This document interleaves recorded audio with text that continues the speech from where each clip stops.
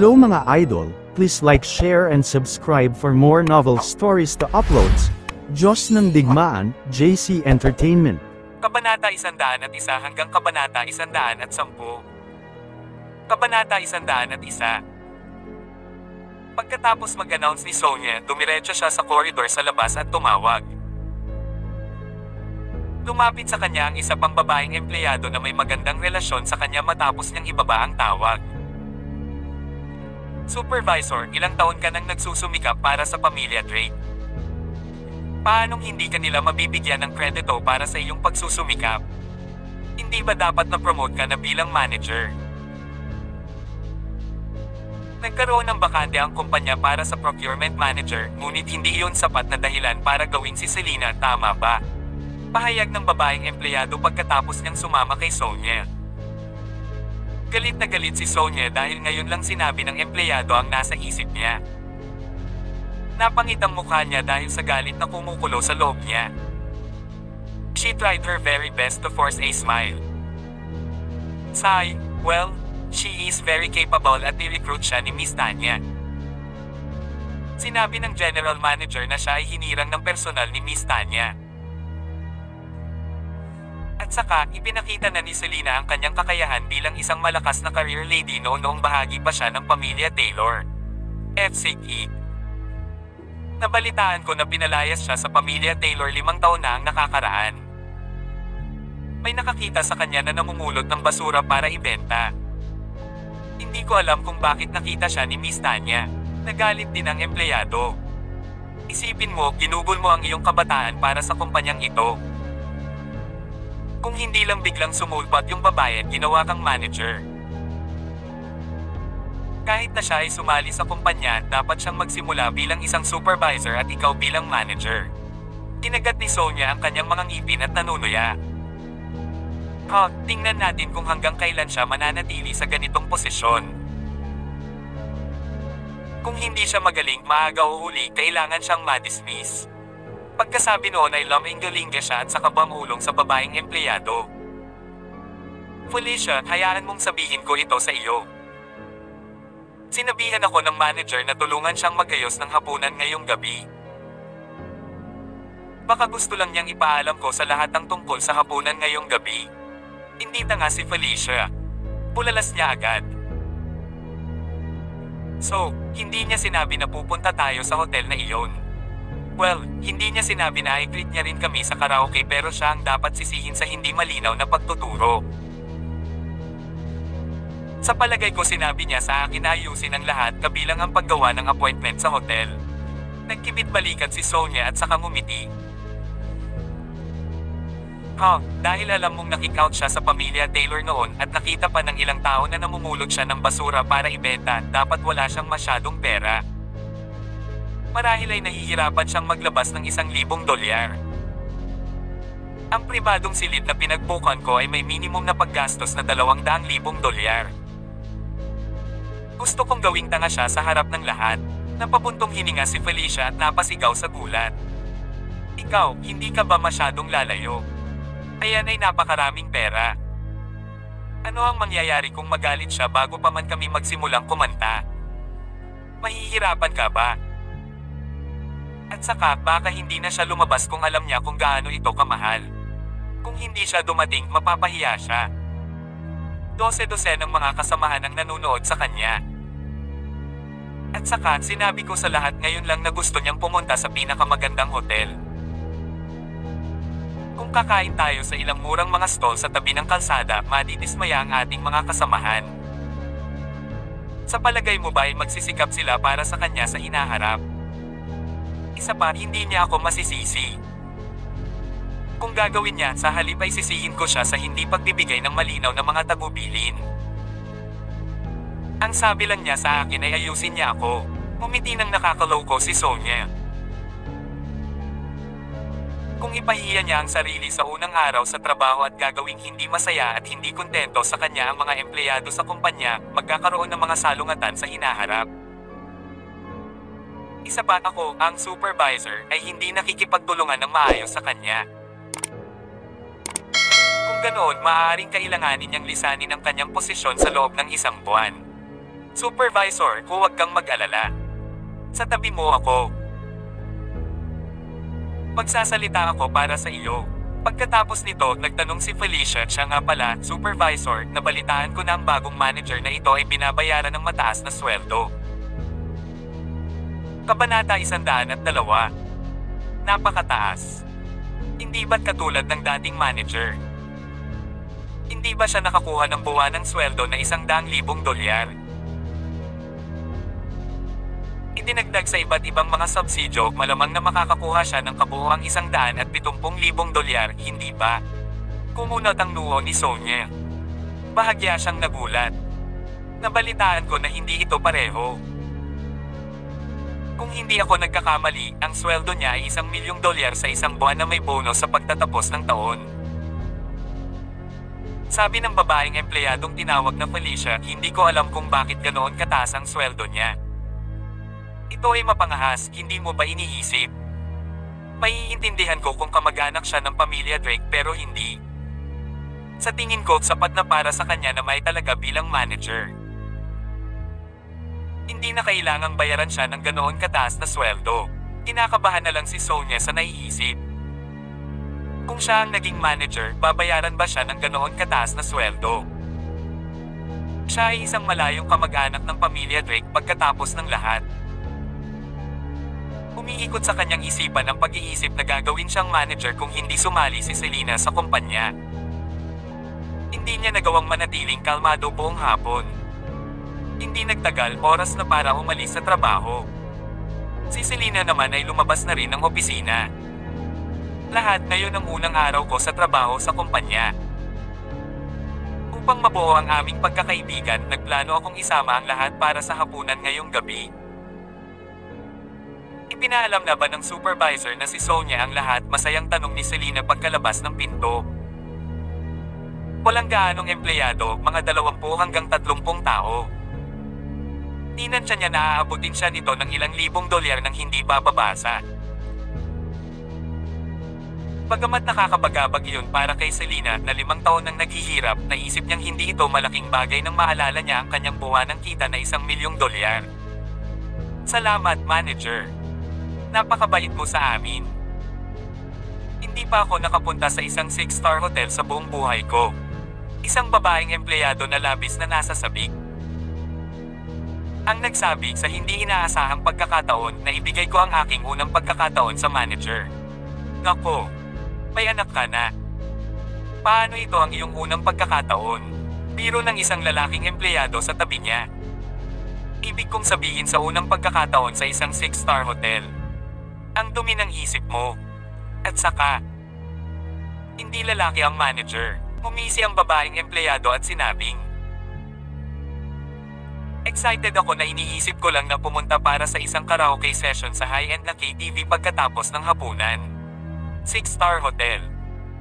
High-end na KTV. Napakunot ang noo ni Selena nang marinig iyon. Sinabi niya kay Sonia na ipaalam sa lahat na umalis ng maaga sa trabaho sa halip na mag-overtime. Gayunpaman, tila kinuha ni Sonia ang kanyang sarili na sabihin sa lahat ang tungkol sa maluhong gabi sa labas. Oo, hindi mo ba hinayaan ng supervisor na ipaalam ito sa lahat? Nakasimangot ang isang matandang empleyado na medyo maputi ang buhok. Hindi, napangisi naman si Sonia na nasa gilid. Sabik siyang makita kung ano ang gustong gawin ni Selena tungkol dito. Kung sasabihin niya na ito ay isang pagkakamali, ang lahat ay maiiwang bigo at kahit na pakiramdam na si Selena ay gumawa ng isang trick sa kanila. Hindi sila makikipagtulungan ng maayos sa kanya sa hinaharap sa trabaho. At saka, iyon ang magiging unang impresyon niya para sa lahat. Ang unang impresyon ay palaging mahalaga. Hindi walang muwang si Selena. Sinaman niya ng tingin si Sonia at alam niya ang nangyayari. Parang may hindi masyadong natuwa sa pagiging manager niya. Nakabook na ba ang private room? Tanong ni Selena sa kabilang partido. Kabanata 103. Oo, di ba sabi mo ako ang magayos? Nagayos ako ng medyo sikat na pribadong silid, ang pinakamababang paggastos ay $200,000 lamang. Narinig ko na bilang manager $1 million ang monthly salary mo. Dapat ayos ka lang, di ba? Sabi ni Sonia na may matingkad ng ngiti. Hindi pwede. Ganon ba kataas ang sweldo ng manager? Nako, nag-book ka ba ng private room? Ang bait talaga ng manager sa amin. Ang pinakamababang paggasta ay $200,000. Nabuhayan lahat ang ibang empleyado, nagtatalon sa tuwa ang ilang empleyadong babae. Sa paghusga mula sa sitwasyon, si Selena ay dinaig ng isang malagim na pakiramdam na makikita sa kanyang mukha. $200,000 bilang pinakamababang paggasta. Malamang na mas malaki pa ang gagastusin nila sa hapunan. Bukod dito, hindi pa rin tiyak kung magkano ang kanilang gagastusin para sa karaoke session. Galit na galit siya at parang gustong makinig kay Sonia. Nakakadiri sa babaeng iyon ang nagpasya sa ngalan ni Selena nang hindi siya kinonsulta. Sa kasamaang palad, hindi niya magawa iyon. Alam niya na si Sonia ay isang old-timer at isa ring supervisor. Maaaring mayroon siyang ilang mga pinagkakatiwalaan sa paligid. Kung pinagalitan ni Selena si Sonia, wala itong maidudulot na pakinabang kay Selena. Kung pupunta sila sa isang ordinaryong restaurant, lahat ay madidismaya at sisimulan pa siyang tawaging kuripot. Kaya naman, hindi niya masasabing nagkamali rin si Sonia. Hindi nito itatama ang mga bagay para sa kanya. Anong mali? Manager, hindi mo ba ako hiniling na ayusin ito? May mali ba? Nang makitang matagal nang hindi umimik si Selena, natuwa si Sonia sa sarili. Mabilis na napaayos ni Selena ang sarili at saka ngumiti na para bang hindi siya mapakali. Yung Dynasty Hotel, diba? Pero na, maaga pa naman. Bibigyan ko ang lahat ng 2 oras para makauwi at makapagbalat o magbihis. Maaari ka nang bumalik at maghanda ngayon. Oo. Malaki. Mabuhay ang manager. Agad namang sumigaw ang babaeng empleyado na pinaka-excited na reaksyon kanina. Napaka-generous ng manager. Dinadala niya kami sa isang 6-star hotel para sa hapunan. Wala pa akong nakilalang leader na ganito sa buhay ko. Oo. Ito ang unang pagkakataon na nakatagpo ako ng isang mahusay na pinuno. Isa-isang umalis ang mga empleyado sa kani-kanilang tahanan dahil sa kasabikan. Nagkasundo silang lahat na magtipon sa entrance ng hotel. Natigilan naman si Sonia na nakatayo sa gilid. Hindi niya inaasahan na papayag si Selena dito. 5 taon nang hindi nagtatrabaho ang babae, may nakakita pa sa kanya na namumulot ng basura noon. Marahil ay mangangailangan sila ng $300,000 para sa libangan ngayong gabi. Kakayanin kaya niya ang ganoong kalaking pera? Anong mali? Supervisor, ayaw mo bang bumalik at mag-makeup or something? Nakita ni Selena na nakatayo pa rin si Sonia. Hindi niya napigil ang matawa sa kanyang puso at magtanong. Oh, ako pupunta ako ngayon, sagot ni Sonia at saka umalis kasama ang iba. Supervisor, anong meron? Pumayag talaga tong babaeng ta. Mayroon ba siyang ganoong kalaking pera? Pagkalabas ni Sonia sa kumpanya, sabik na humakbang si Felicia para magtsismisan. Nagulat din ako. Marami ba siyang pera? Kahit $1 million ang monthly salary niya, hindi pa siya nababayaran, di ba? Saan siya kumukuha ng napakaraming pera? Nagsalubong ang kilay ni Sonia. Tuso ang babaeng ito. Alam niya siguro na sinadya kong gawin iyon para ipahiya siya kaya ayaw niyang sumuko. Naglaro siya para makuha ang puso ng mga tao. Oo. Kung sinabi niya na hindi kanya hiniling na mag-book ng isang 6-star hotel o sinabihan kang maghanap ng bagong lugar para sa hapunan, tiyak na malungkot ang ibang mga empleyado. She is very smart na pumayag na parang walang nangyari. Hindi siya madaling pakisamahan. Kabanata 104. Umalis si Selena sa kumpanya pagkaalis ng iba, may maasim na ekspresyon sa mukha niya.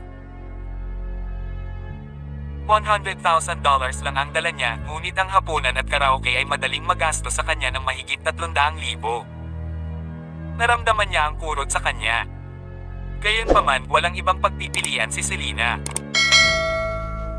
Kung pinahintulutan niyang magtagumpay si Sonia, magkakaroon siya ng kahabag-habag na oras sa kumpanya sa hinaharap. Bukod pa rito, kahit na ito ay nagkakahalaga ng maraming pera, binayaran siya ng isang mabigat na sweldo. Hanggat nakuha niya ang kanyang unang sweldo, aalisin siya mula sa masikip na sitwasyon sa pananalapi. Wala siyang maisip na mas magandang solusyon matapos pag-isipang mabuti ang iniisip, kaya nagpasya siyang tawagan si Fiona. Si Jack ay naglabas ng $1,000,000 noon pagkatapos ng lahat at may humigit kumulang 800,000 kasama si Fiona. Kukuha lang muna siya ng kaunti kay Fiona para ayusin ang usapin. Mahinang tawag ni Selena nang sinagot ni Fiona ang tawag. Selena, kamusta ka sa trabaho? Nag-aalalang tanong ni Fiona nang hindi na hinintay na magsalita pa si Selena. Selena, hayaan mong sabihin ko sa iyo na napagpasyahan namin na mas mabuti kung hiwalayan mo si Jack. Mas maaga, mas mabuti.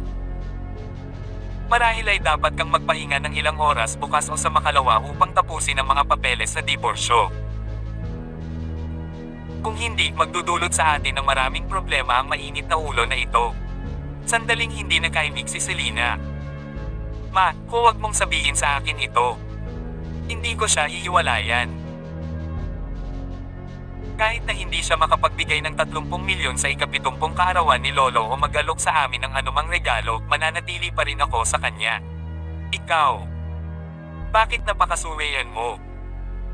Naging ganito kami ngayon dahil hindi ka nakinig sa amin ng lolo mo. Kung ipinalaglag mo ang bata, hindi tayo haantong sa ganito. Bakit ako nagsilang ng ganoong kawalang galang na anak na babae? Napakalungkot ng buhay, patuloy na ungol ni Fiona sa kabilang dulo ng telepono. Nawala ng masabi si Selena. Dahil ayaw na niyang pag-usapan pa ang bagay na iyon, nagpasya siyang maging diretso. Tinawagan kita dahil may emergency, at kailangan ko ng pera. Maaari mo bang ilipat ang 300,000 sa akin ngayon? 300,000, sa sandaling nabanggit ang pera, ang boses ni Fiona ay agad na tumaas ng ilang oktaba. Bakit kailangan mo na maraming pera? Nauutol niyang sabi. Hindi ka ba nagtatrabaho dyan para kumita? Para saan ang pera? Huwag mong sabihin sa akin na si Jack ay nakabangga sa mamahaling sasakyan ng isang tao gamit ang kanyang electric scooter. Muling natahimik si Selena, napatulala siya sa katawa-tawang imahinasyon ng kanyang ina. Anong kalokohan ang pinagsasabi mo dito? Wika niya, may mapait na ngiti sa mukha. Ilipat mo na lang sa akin ang pera. Kailangan ko talaga ng mabilis. Unang araw ko sa trabaho at itinalaga ako bilang manager, kaya inilalabas ko ang mga staff sa aking departamento para kumain. Bakit kailangan mo ng ganyan para lang sa pagkain? Ilang tao ang naroon sa iyong departamento? Bakit kailangan mo ng ganoong kalaking pera? Wala ka bang 100,000 sa kamay? Hindi pa ba sapat iyon? May tinatago ka siguro sa akin, no? Siguradong may problema na naman si Jack. May humiling ba sa kanya na magbayad? Sabihin mo ng tapat sa nanay mo. Anong nangyayari? Patuloy na gumagalaw si Fiona sa kabilang linya.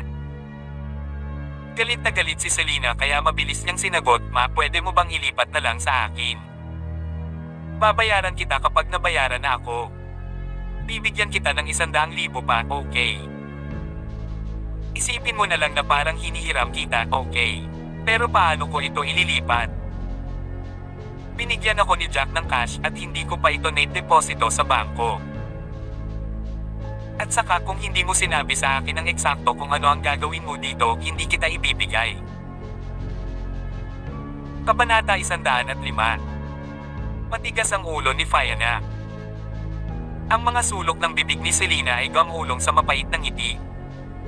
Mapait niyang ibinaba ang tawag sa pagkabigo. Hoy, honey. Anong problema?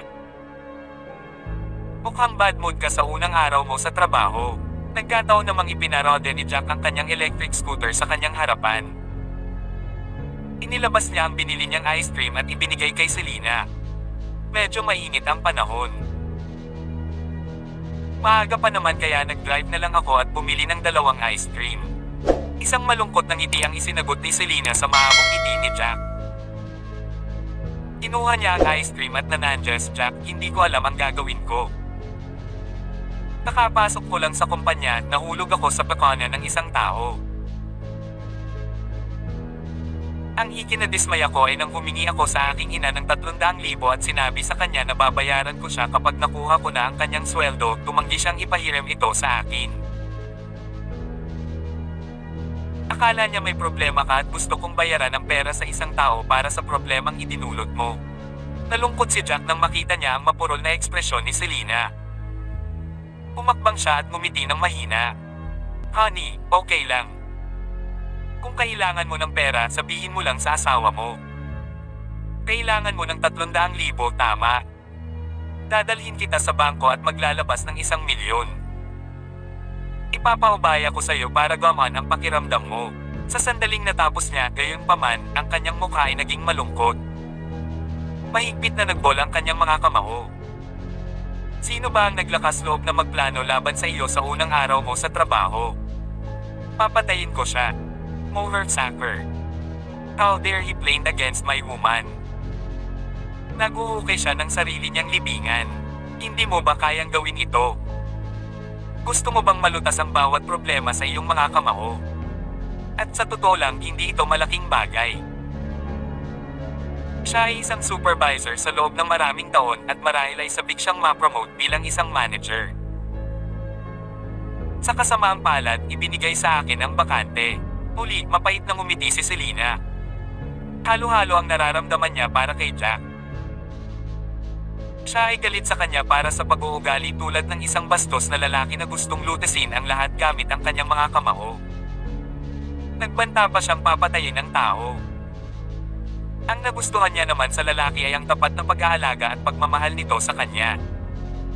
Siya ay hindi kailanman nagkulang ng isang pakiramdam ng seguridad. Kung ganoon, wala akong gagawin sa mga kamao ko. Sabi mo kulang ka sa 300,000. Ano ang nangyayari? Tanong ni Jack. Hindi ako naging maingat. Si Sonia, ang supervisor ng aming kumpanya, ay nasa purchasing department ng kumpanya sa loob ng maraming taon.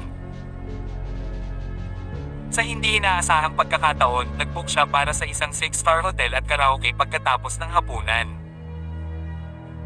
Naisip ko na dapat akong maghanda ng hindi bababa sa $400,000.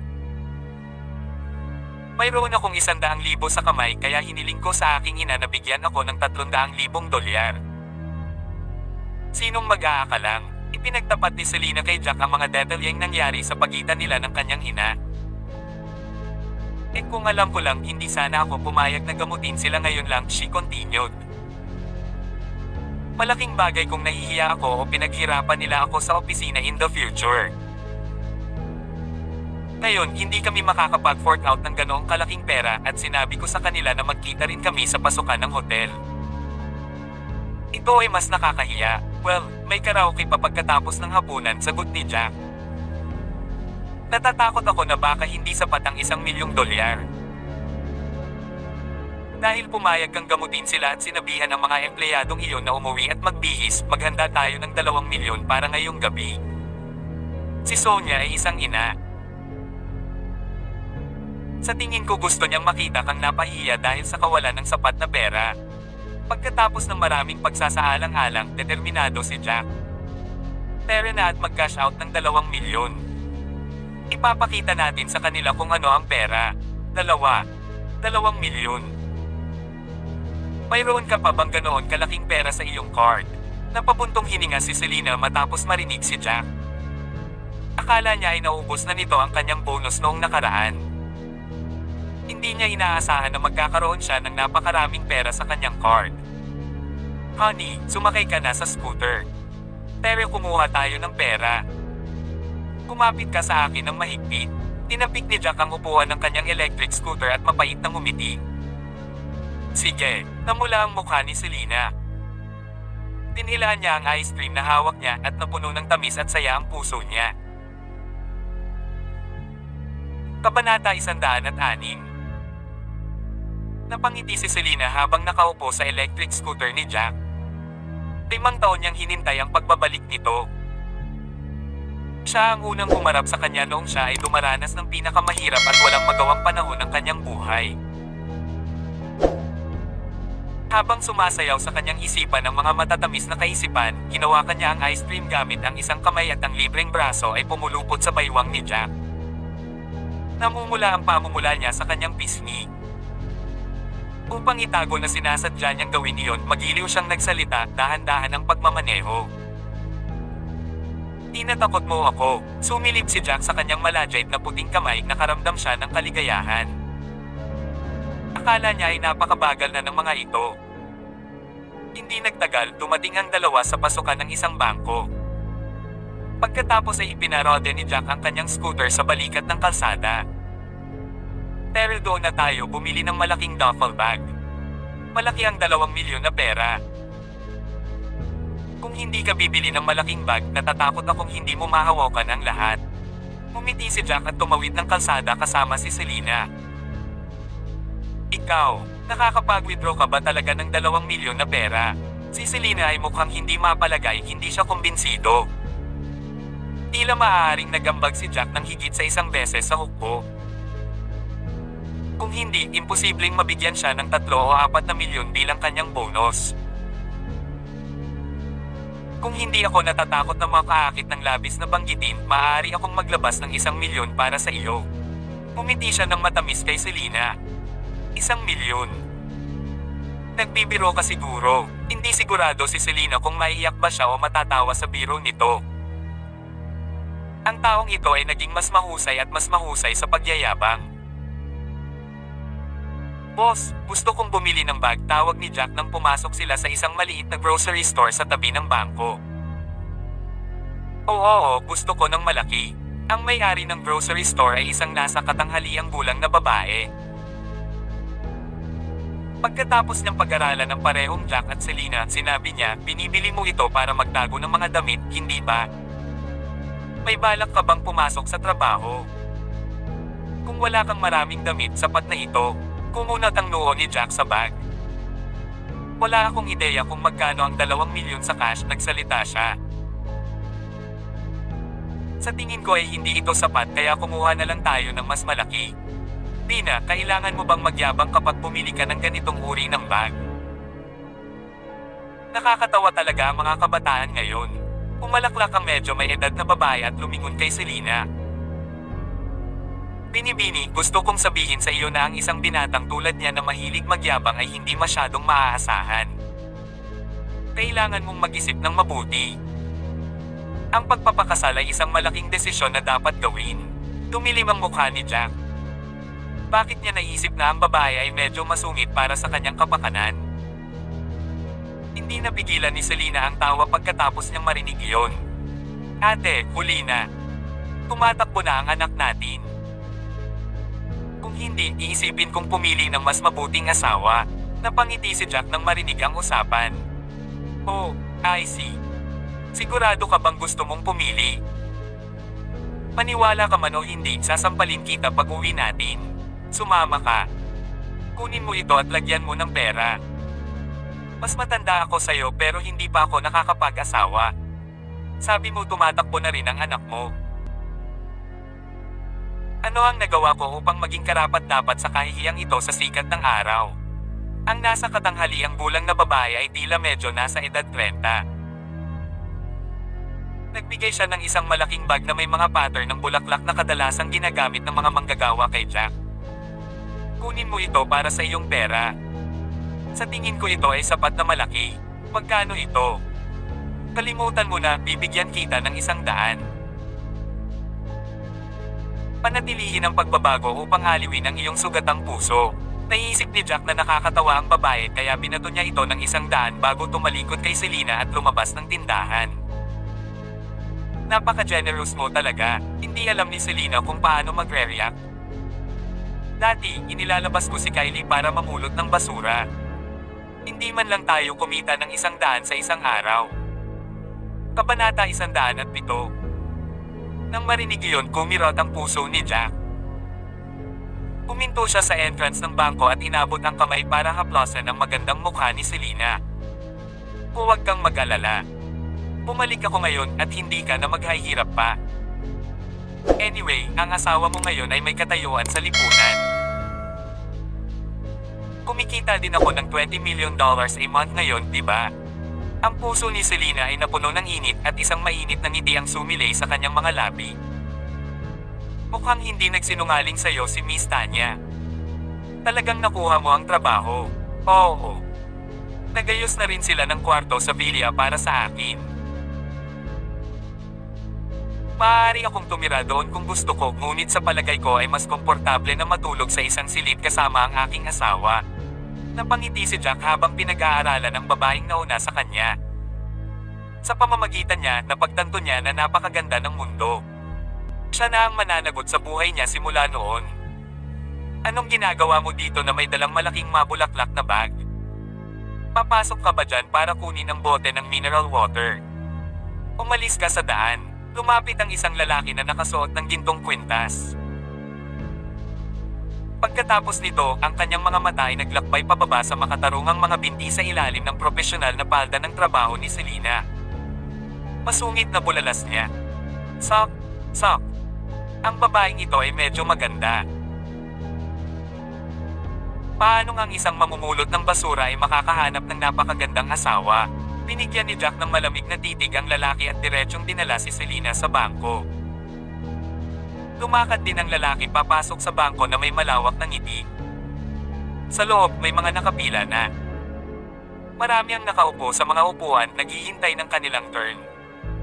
Masyadong maraming tao dito. Hindi ko alam kung gaano katagal bago ma-withdraw ang pera. Napapuntong hininga si Selena nang makita ang napakaraming tao. Magiging mabilis. Panatag si Jack sa kanya. Nakita ng isang babaeng empleyado sa counter si Jack na paparating. Lumapit siya sa kanya na may malaking ngiti at masigasig na sinabi, "Oh, Mr. White, nandito ka na naman. Halika, pasok tayo sa VIP room. Maaari kang magpahinga ng iyong kasintahan doon. Pagsisilbihan kita kaagad." Teka, namumulot lang siya ng basura. Bakit mo pinaglilingkuran ng isang tulad niya?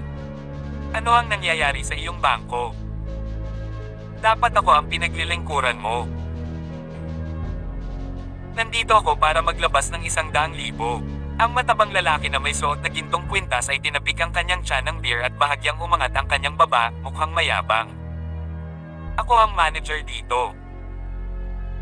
Kahit VIP ka, hindi ko responsibilidad bilang manager na pagsilbihan ka. Nanlamig ang mukha ng babae. Ang kapatid na ito ay aming VIP customer, isang super VIP na nag-withdraw ng 1,000,000 sa huling pagpunta niya rito. Hindi ka gaanong pala kaibigan noong pumunta ako rito noong isang araw, Mayan. Ahong pagsingit ni Jack. Hoy, hindi pagkakaunawaan. Hindi ko ine-expect na sobrang yaman mo. Gusto mo ba talagang mag-withdraw ng 1,000,000?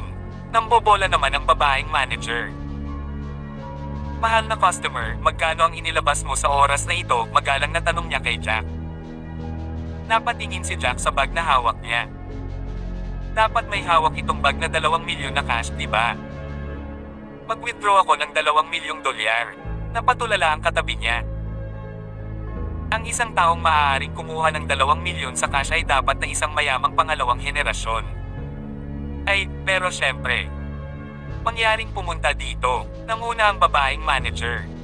By the way, kailangan kitang itama. Hindi ito ang aking kasintahan, asawa ko siya. Nagulat si Jack sa pagtrato sa kanya. Pagkatapos ipinakilala niya si Selena sa manager. Kabanata 108. Asawa, ang manager ay itinuturing na isang magandang babae na may kaakit-akit na figure. Para marinig ang paglilinaw ni Jack, natigilan siya sandali. Tinitigan niya si Selena, berde sa inggit. Ang swerte talaga ng dalagang ito na napangasawa niya ang isang gwapo at mayamang lalaki. Wala kang dapat ipag-alala sa natitirang bahagi ng iyong buhay. Siya ay umaasa ng isang pagkakataon na magkaroon ng isang relasyon kay Jack. Kung tutuusin, ito ang unang pagkakataon na nakilala niya ang isang mayamang lalaki. Sa sandaling nakilala niya si Selena, gayunpaman, nakaramdam siya ng kababaan sa lugar. Ang babaeng nakatayo sa kanyang harapan ay higit na mas mahusay kaysa sa kanya, itsura at pagtitimpi. Minsang dinala niya sina Jack at Selena sa isang pribadong silid, nagtimpla ng kape ang manager para sa kanilang dalawa bago sila tinulungan sa kanilang negosyo.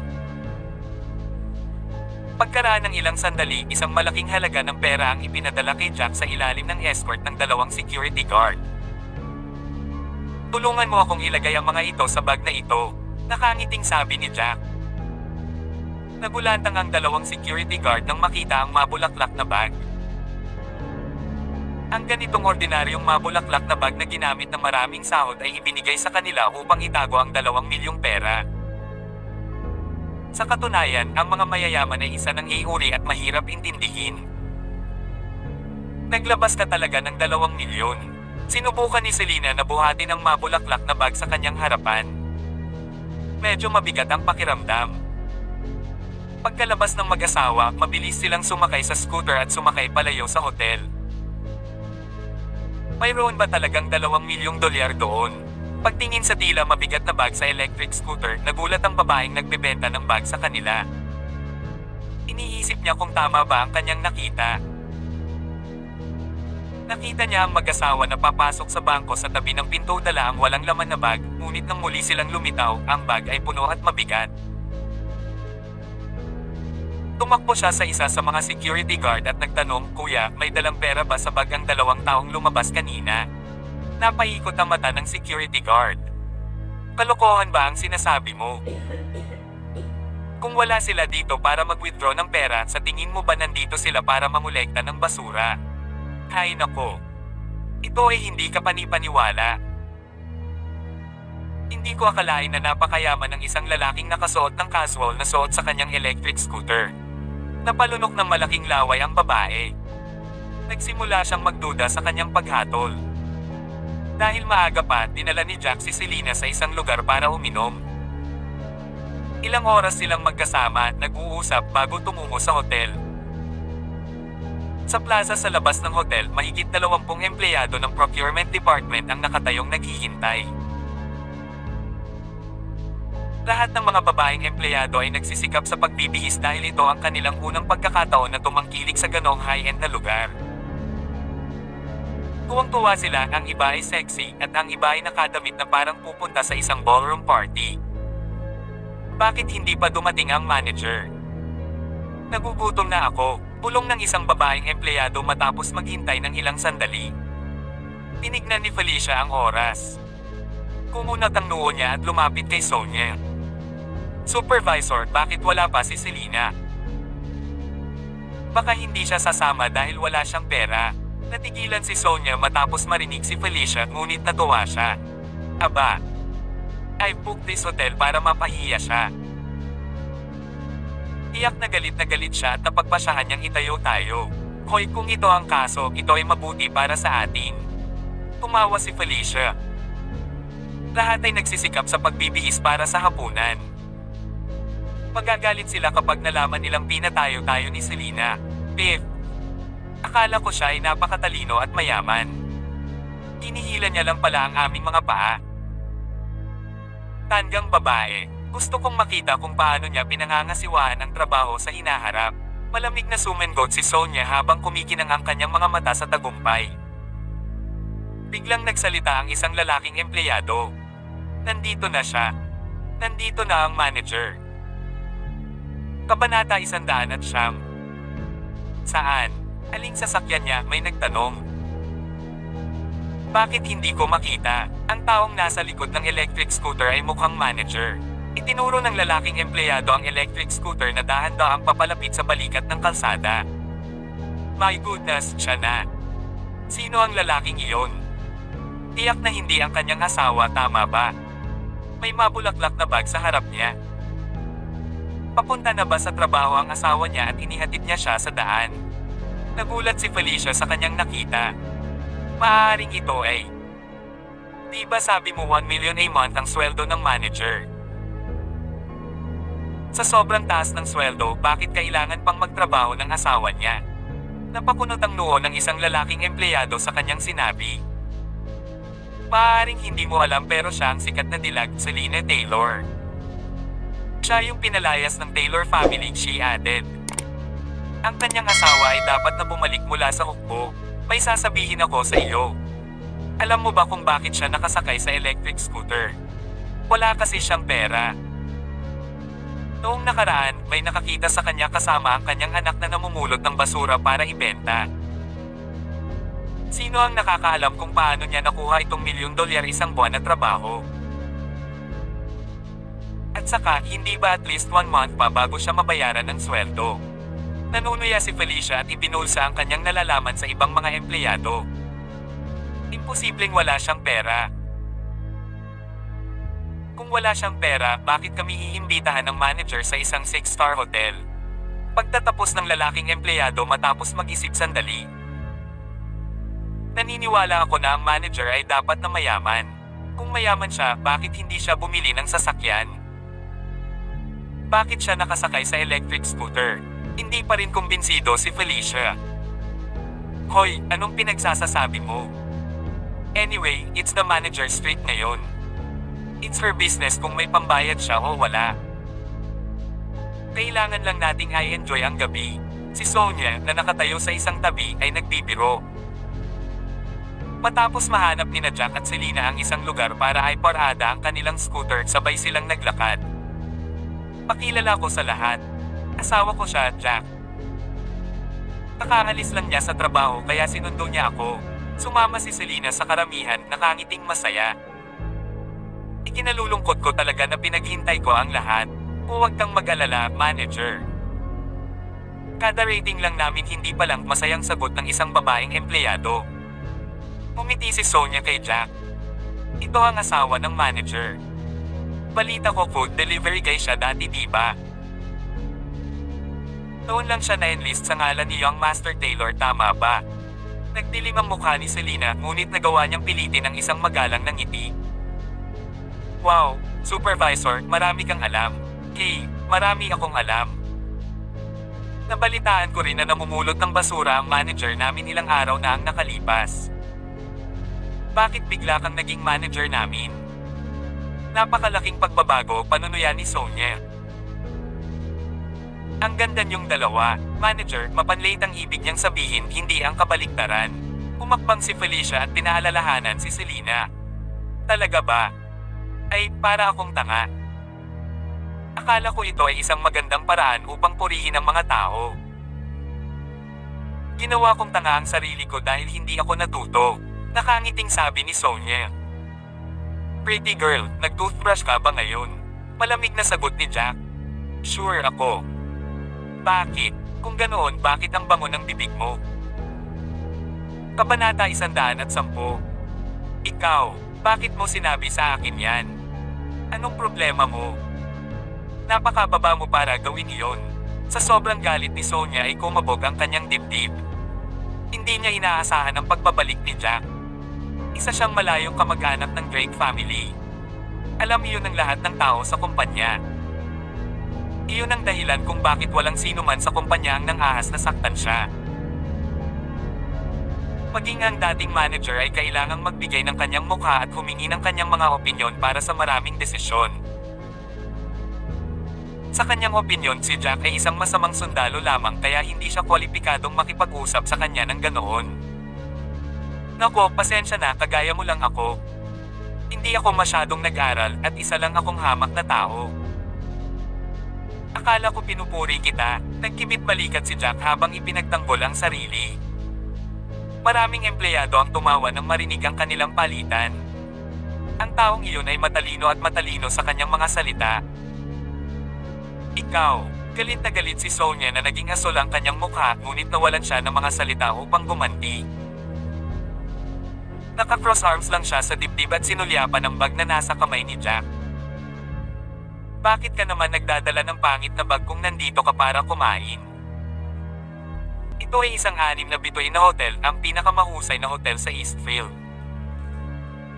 Hindi ka ba nahihiya na pumasok ng ganito?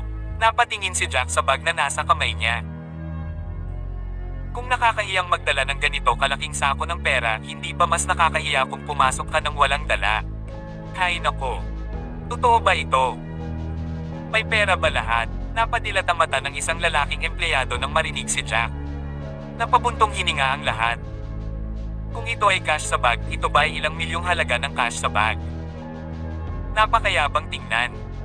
Iyon ay isang gawa ng isang tycoon. Tama siya. Lahat ng pera dito panunuyan ni Sonia. Kung hindi ako nagkakamali, ito ang pera mula sa pangangalap ng basura na ginawa ninyong dalawa noon. Plano mo bang ibenta ito pagkatapos ng hapunan? Kung ganoon ang kaso, kumbinsido ako na ito ay pera. Baka 10 o 20 dolyar ang halaga. Tumigil si Sonia bago bumaling kay Selena. Manager, ang galing talaga ng asawa mo sa pagbibiro, panunuyan niyang dagdag. Nakapusangot na tingin si Selena. Supervisor, ikinalulungkot kong biguan ka, ngunit may totoong pera sa bag ng aking asawa, pakli niya. Wala kaming dalang pera kaya bumili kami ng bag. Gagamitin natin ang natirang pera para makipaglaro sa lahat mamaya. Hindi pwede. Ang asawa mo ay isang sundalo. Paano siya magiging mayaman? Nagdududang sabi ni Sonia. Pinag-aralan niyang mabuti ang bag at sinubukang subaybayan ang balangkas ng nilalaman. Ang balangkas ay mukhang maayos at hindi kahawig ng mga bote o lata. Walang pera ang sundalo. Mahaba ang buhok mo, ngunit tiyak na kulang ka sa kaalaman. Nakangiti si Jack habang pasulyap-sulyap sa mga tao. Pasok muna tayo. Aling private room ang nabook mo? Umorder ka na ba ng mga pinggan? Hindi mahal ang pribadong silid, ang minimum na paggasta ay 200,000 lamang. Mr. White, sa tingin mo ba ito ay nararapat? Sinadya ni Sonia ang pagtaas ng tono nang banggitin niya ang hanay ng presyo. Nakalok ang aprikot niyang mga mata sa mukha ni Jack, ayaw niyang makaligtaan ang ekspresyon nito. Sa kanyang pagkabigo, si Jack ay hindi nababagabag. Ayos lang. Pero na, isinukbit ni Jack ang bag sa kanyang balikat at pinuna ang daan papasok sa hotel. Pero na, naisip ni Selena na nakakatawa ang paglalakad ni Jack. Para siyang manggagawang bukid na papunta sa trabaho. Sa hindi inaasahang pagkakataon, papasok na si Jack sa hotel, agad na lumapit sa kanya ang 2 security officer. Please subscribe and hit the notification bell for more novel stories. JC Entertainment.